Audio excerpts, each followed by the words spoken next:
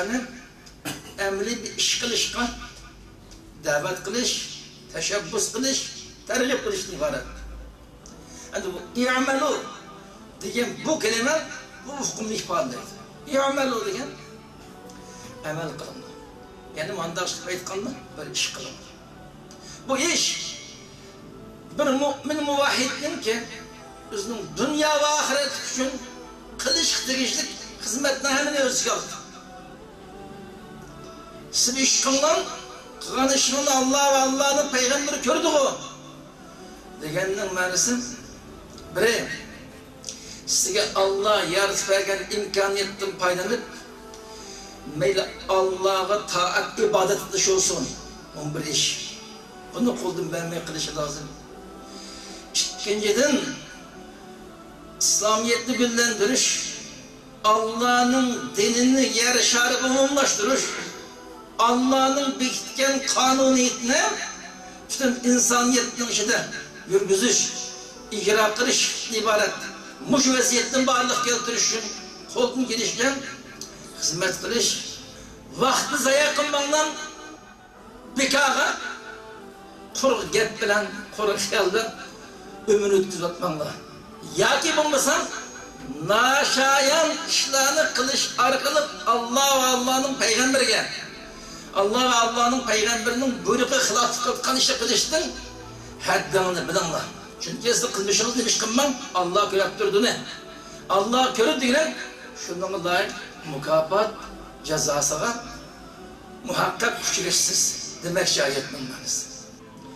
Mümin Müslümanların ki seviyesini aşırış, Allah'ın dinini doğru örgütüş ve başka İslam'da Müslümanlarını izzet, yıkıltkan sahalerde yukarı seviyeye eriştiriş için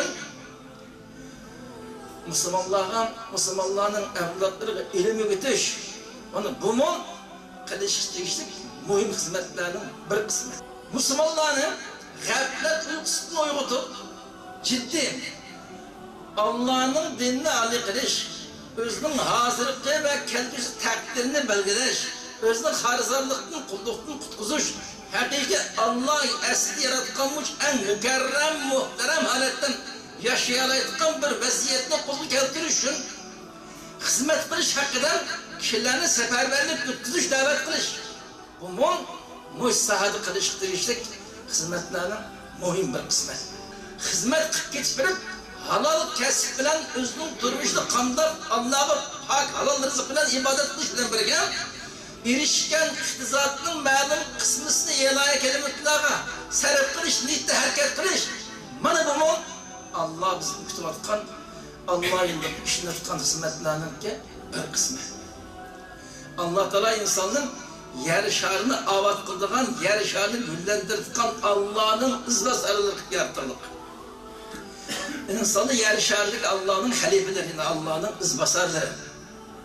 Yani bunlar hem sahada kolgun geliş, yaxşı emel kılış, işleş arkalık, dünyanı güllendiriş, Allah'ın dinini âli kılış, Müslümanların özünün əslindeki uğruna iyi çıkış, bunların vazifesi.